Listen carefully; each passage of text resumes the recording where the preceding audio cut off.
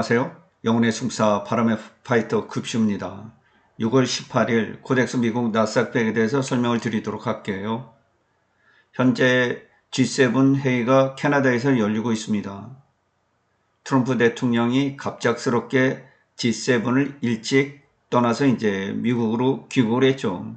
중동에서 이스라엘과 이란의 상호 공습이 벌어지고 있는 가운데 중동 분쟁 문제가 아니겠느냐, 이런 생각을 다들 이제 가지고 있었습니다만, 트럼프 대통령은 더 큰 문제라고 밝혔지만은 결국 이제 이스라엘과 이란과의 문제로 일찍 귀국을 한 것으로 보입니다. 오늘 새벽에 끝난 미국 증시의 이제 중요한 경제 지표로는 소매 판매, 5월달 소매 판매 지표가 있었습니다. 미국 GDP의 70%가 소매 판매로 이루어지기 때문에 이 지표는 굉장히 중요한 의미가 있죠. 전월 대비해서 이제 마이너스 0.6% 기대치를 가지고 있었습니다만 마이너스 0.9%로 낙폭이 조금 더 있었습니다. 자동차를 제외한 부분도 마이너스 0.3%로 전체적으로 이제 좋지를 않았어요. 소매 판매 경제 지표는 좋지를 않았죠. 수입 물가는 변동이 없었습니다. 이 지표가 발표되고 나서 약간 미국의 선물 지수들이 하락을 했지만은 큰 폭의 변동은 없었고 다시 재반등을 하는 등 그렇게 큰 시장에 영향을 미치지는 않았습니다. 그리고 트럼프 대통령이 이제 매우 빠른 시간 내에 제약에 대한 관세 부분을 이야기를 했어요. 그래서 오늘 제약주들이 동반해서 이제 하락을 했고 우리나라 증시도 제약주들이 이제 약세를 보이는 이런 흐름들을 이어갔습니다. 중동에서 이스라엘과 이란의 공습이 이제 5일 이상 지속이 되면서 유가가 또다시 이제 급등을 하는 이런 흐름을 보였고요. 현재 예측치로는 장기적으로 유가가 70에서 80달러, 이스라엘과 이란의 분쟁이 조기에 마무리되면 50에서 60달러 정도로 예측이 되고 있는 그런 상황이에요. 이런 부분도 좀 생각해 볼 수가 있죠. 유가가 이제 급격히 낮아지니까 미국에서 생산되는 셰일가스들의 마진, 이 부분이 대폭 축소되거나 이제 위험에 처할 수 있죠. 어떻게 보면 유가를 상승시키기 위한 트럼프 대통령의 이스라엘의 이란 공습을 용인했을 가능성, 이런 부분도 배제를 할 수가 없습니다. 우리가 러시아 우크라이나 전쟁이 일어난 이 부분도 보면 미국은 미리 사전에 다 알고 있었다는 거 아니겠어요? 그런데 대사관을 미리 뺐단 말이죠. 러시아가 침략을 할 수 있도록, 공습을 할 수 있도록 길을 열어줬단 말이에요. 러시아로부터 가스 공급, 이런 제재를 통해서 전부 원유 차단을 하고요. LNG 선으로 4배나 비싼 가격으로 유럽에 천연가스를 팔아먹지 않았습니까? 미국의 에너지 기업들이 막대한 이득을 취했는데요. 무기 구매도 그렇고요. 나토를 유럽을 하나로 묶어서 강화시키는데 러시아 우크라이나 전쟁이 굉장히 큰 역할을 했죠. 원래 영국과 독일이 사이가 좀 좋지 않았죠. 영국은 러시아 침대에 누워있다 이런 식으로 비판까지 하면서 유럽 전체가 독일 같은 경우 러시아의 값싼 에너지 이런 부분들과 굉장히 긴밀하게 연결이 되고 있는 이런 구조였습니다. 어떻게 보면 전쟁이라는 게 우리가 생각하는 그런 부분보다도 여러 가지 복합적인 요인들로 일어난다고 이렇게 볼 수가 있겠어요. 특히 이러한 전쟁이 일어났을 때 인플레이션의 촉매제인 유가가 급등하는 경향이 생기거든요. 미국의 40년 만에 높은 인플레이션도 사실상 러시아 우크라이나 전쟁의 유가와 식량, 이 부분이 높게 치솟으면서 발생을 한 부분 아니겠어요? 이러한 부분을 의심해 보지 않을 수가 없는 그런 형국이었어요. 유가가 계속해서 상호관세 이런 부분들로 글로벌 경기가 다운되면서 낮아져 있었잖아요. 그러면 미국 셰일 석유들의 마진이, 정제 마진이 거의 일어나지 않을 수 없는 그런 상황까지 유가가 하락을 하고 있었기 때문에 미국으로서도 이스라엘 공습을 용인을 했던 것 아닌가. 뭐 이런 부분에 개인적인 그런 생각을 좀 가지고 있었다. 이렇게 뭐 이해를 하시면 좋겠어요. 12시 정오가 넘어가면서부터 이제 트럼프 대통령의 조건 없는 이란의 항복 미디어가 알려지면서 이제 시장은 또 급락을 했고요. 나스닥 지수는 0.91% 하락을 했고 나스닥 100 지수는 1% 하락을 했습니다.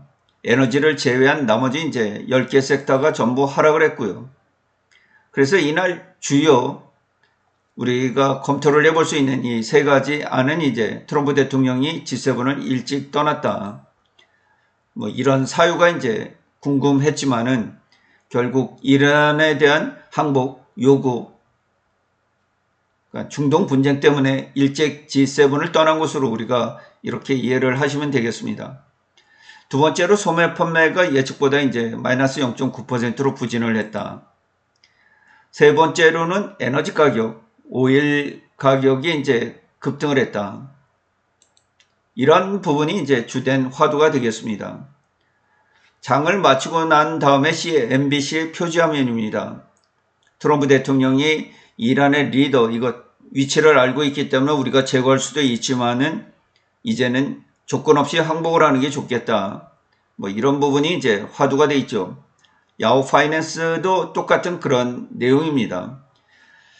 결국 어떤 경제 지표 이런 부분들보다도 중동에서 일어나고 있는 이스라엘과 이란의 전쟁 방향에 따라서 진행 강도에 따라서 증시가 지금 흔들리고 있는 그런 상황이기 때문에 뭐 이런 부분들은 님들이 좀 염두에 두시면 좋겠고요.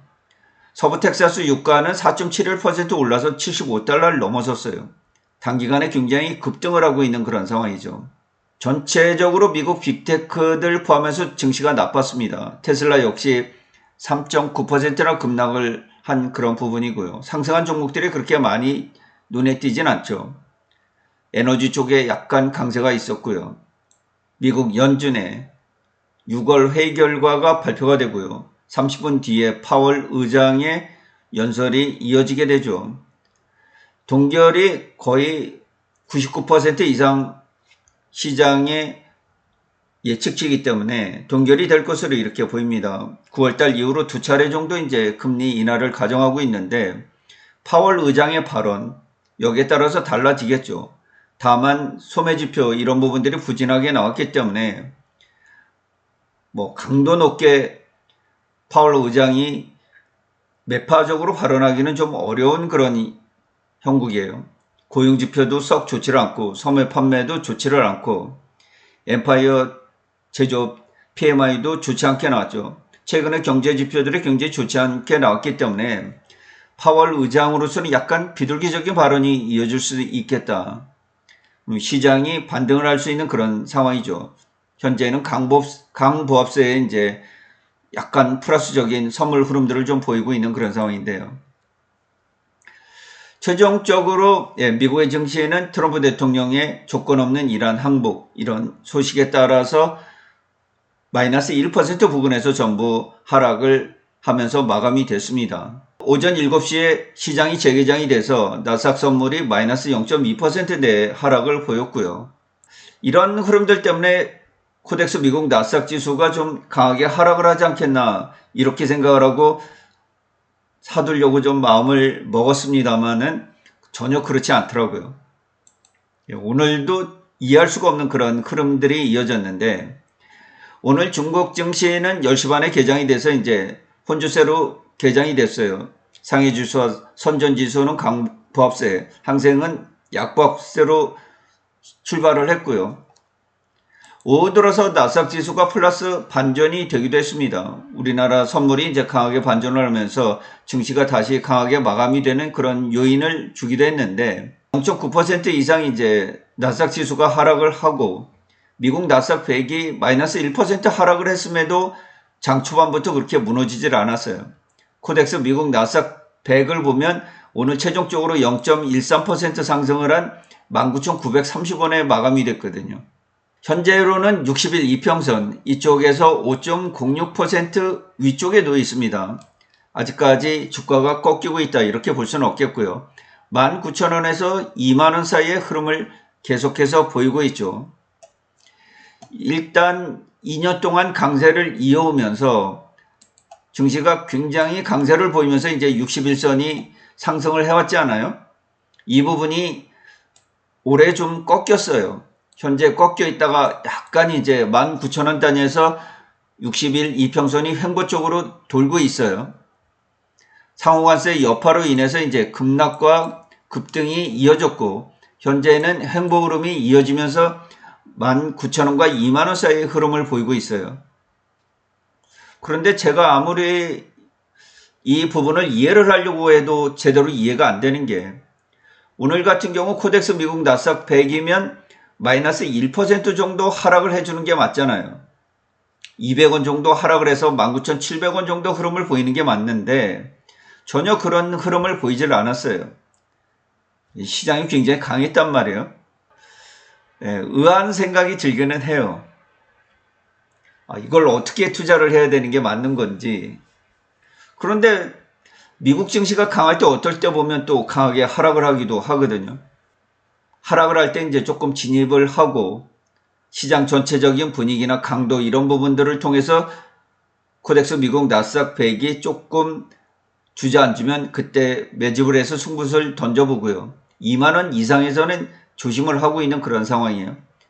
밸류에이션이 높게 형성이 되어 있기 때문에 그렇습니다. 굳이 높은 타점에서 무리해서 물고 들어갈 이유가 없는 그런 상황이거든요. 관망을 하면서 전체적으로 글로벌 지역적 긴장, 미국의 경제상 이런 부분들을 체크해 보면서 현재로서는 2만원 이상에서 강하게 매집을 해서 들어가기는 부담스럽다. 이런 생각이에요.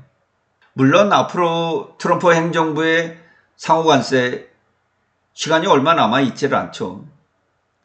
따라서 유럽연합, 인도, 일본, 우리나라, 베트남, 무역 흑자국들 대부분이 이제 상호협상을 체결해야 되는 이런 소식에 따라서 미국 증시가 반등할 여지는 있어요. 좋은 소식이거든요. 일본과 무역협상이 체결됐다. 인도랑 체결이 됐다. 유럽연합이랑 타결이 됐다. 이런 소식들이 전해지면 주가가 상승할 수 있는 기운은 가지고 있다. 이 부분 말이죠.